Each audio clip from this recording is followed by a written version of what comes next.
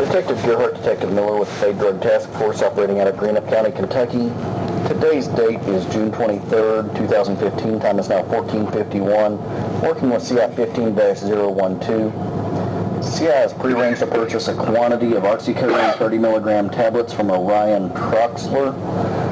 CI has been searched, has no money of her own on her person.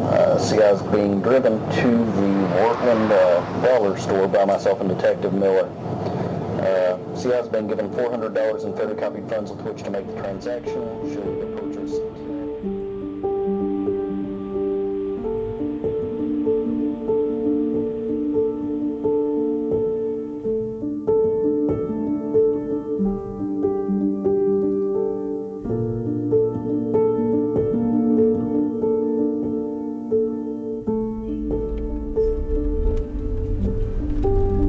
Today, we're having a visit at 8:30, a Zoom meeting, which probably will not get underway till about 8:40 or 8:45.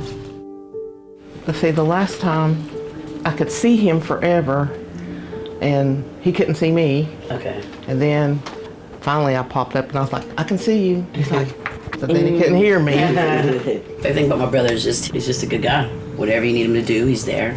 My car, I miss my built-in mechanic, you know. He's a caretaker. There's Ryan with his sisters and Ryan with the kids. This is him and his granny. You see the love. I just worried about him being in there. When he was out, I'd see him all the time. He'd be at the house or bring me something I needed.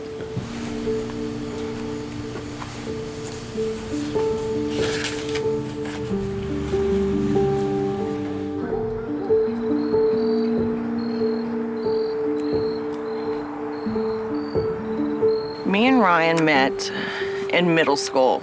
I think he could tell you what I was wearing. My memory's not that good. We would write notes to each other. We'd talk on the phone with each other till the middle of the night.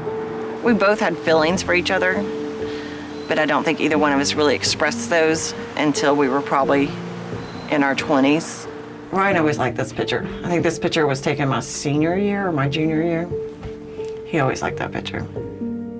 I grew up in Ashland, Kentucky. Population's maybe 20, 25,000.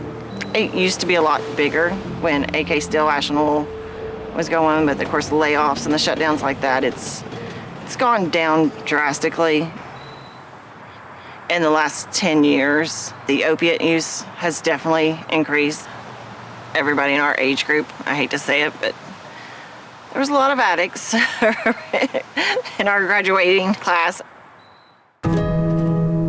I drink, I smoke, everybody's doing blow, so, you know, that comes into the mix. It was something to occupy the time. I never gave it another thought until I had kids. Nobody jumps in and jumps right back out. There's always some reason to do one more run. Our drug use was always the root of all our problems. Somehow he got a connection on pills, Roxy's, Perk 30s, whatever you want to call them, and pills was my weakness. This girl that we had worked with, we hung out all the time. She didn't have a car. I'd take her to work, pick her up from work. Some days she would get dope for me, some days I would get dope for her. You know, sometimes it would be opiates, sometimes it would be oxys, sometimes it would be morphine. She had called like no other time, but she told me her cousin was wanting a quantity, and she had came here and got some. I guess she had called Ryan as well, and Ryan, I think, met her at our place where we had worked, and he had sold her 10, and Ryan wouldn't have known the girl if it wasn't for me. Needless to say, I did not know that she was an informant.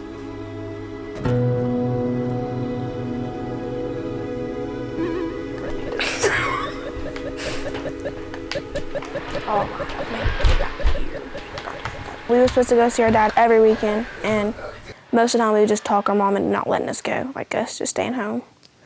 But wish I would have came. No. He'd always find something for us to do. We was never just at the house. Rarely ever we was mostly just sitting at the house. We'd always be doing something. I miss him. It's just not the same anymore. Like, my grades whenever he was here, I could never fail class. But now that he's not, Mom cares, but not enough to make me fix my grades. My grades are horrible, I'm not even gonna lie. This is to break. Nope, I'm going over here.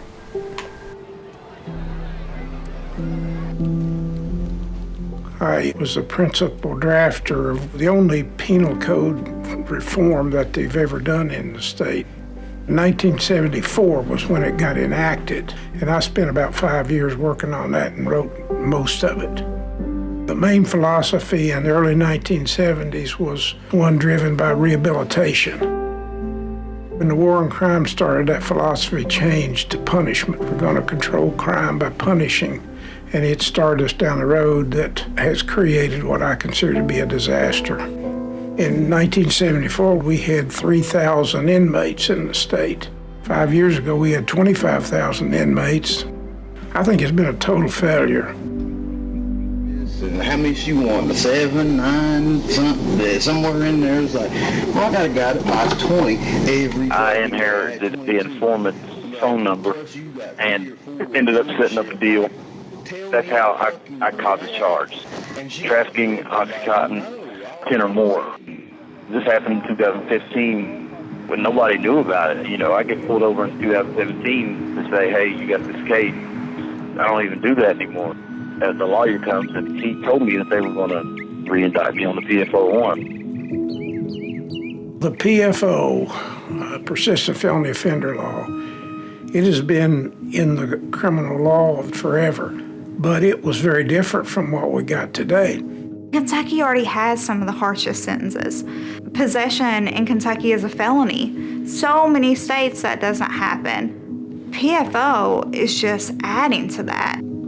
You could get a Class D felony offense. That's your lowest class felony. It could be possession of drugs, a minor assault, maybe you got into a bar fight, but you get another offense within 5 years. And you can have these sentence enhancements. They can be 5 years added to your sentence, 10 years. There's a PFO2, PFO1, PF2 being the, I guess, lowest, which is what I got, as opposed to Ryan. He got the PFO1, and he had to do 10 flat. It's Mr. Troxler putting the pills in a baggie. I had a trafficking marijuana charge from 1999 when I was like 19 years old. And in 2008, I ended up with a fleeing and evading. I've caught a lot of DUIs and petty stuff like that in between.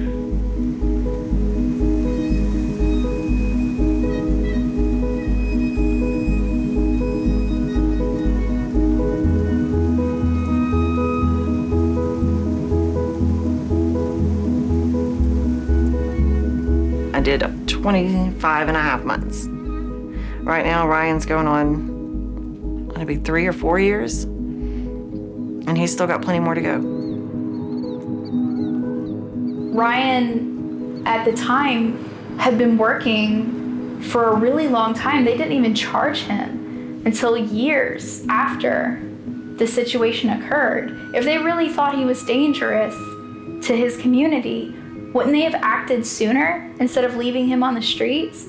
It doesn't make any sense. 10 years, over 10 pills. Is that really fair? Everybody knows what the laws are. Whether you violate them or not, it's your own choosing. If you violate them, you can suffer the consequences. The people that you talk about on PFO, they know the consequences.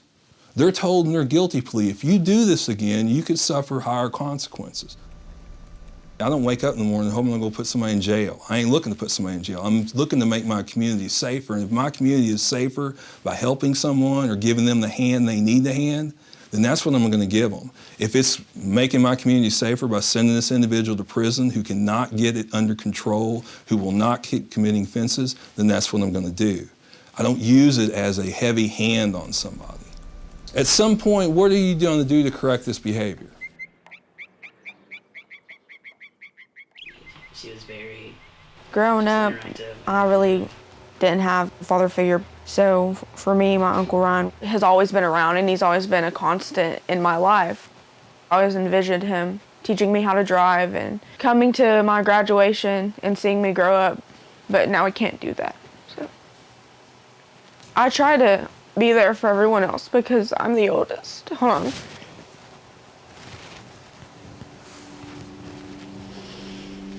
I always try to be there for everyone else because I'm the oldest.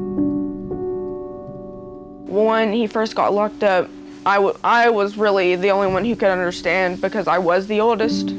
So it's really just trying to be there for all the rest of them. Dude. KARMYN is the firstborn from my youngest sister. You know, she was my first niece, so every chance I got, we would kick it. She goes everywhere with me, and especially once I had a kid, it's like she was my first kid.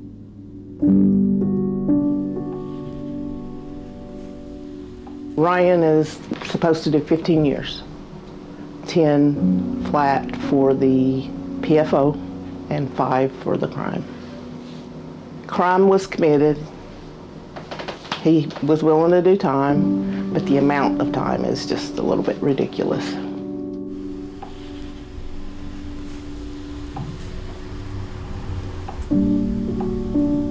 Most of these people we deal with are good people. They're just going through a rough period of time.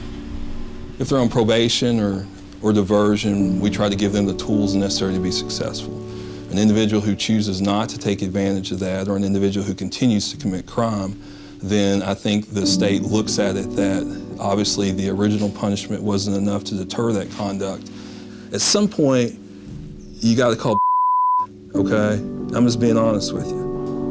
That's the punitive aspect of it. We've tried to correct your behavior with this. Obviously, it's not working. Now we're going to do this. The definition of insanity is doing something that doesn't work over and over and over and over again, right? We're number 7 in the nation for incarceration, but we're number 2 in the nation for children that have had a parent incarcerated. So you see generational trauma. And then when it comes to racial disparities, 8% of the population of Kentucky is black, yet over 21% of the people that are incarcerated on felony offenses are black Kentuckians. This all happened in Greenup County. The black population is very, very low in Greenup County. I'm 100% sure that that played a big role in his sentencing and his trial. When you're accused of something and when you feel the weight of the state on your back, that's scary.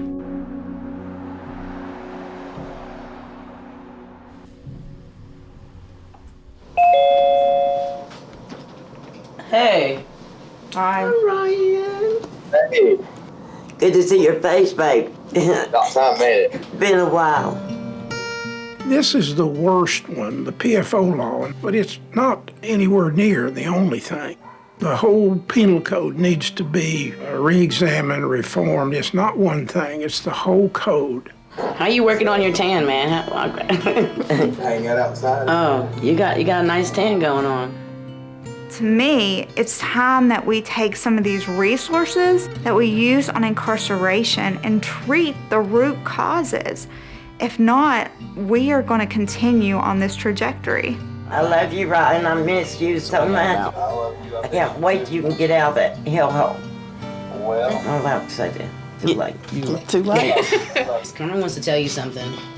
I started my first senior activity yesterday. what activities? We had senior sunrise, but it rained, so we ended up eating breakfast together in the library. That's good though. I'm glad that you sometimes proud, right? I'm not an angel. I've done a lot of stuff. I'm not proud of all of it, but it doesn't just affect me. It affects my whole circle. When you look at the whole situation, it's weird that you would think, rather than put you in a position to deal with things better on a mental level and put you back out there and make you pay some fees but take care of what you're supposed to take care of, you would rather put the bill on society. To me, it doesn't sound like a good plan, but who am I?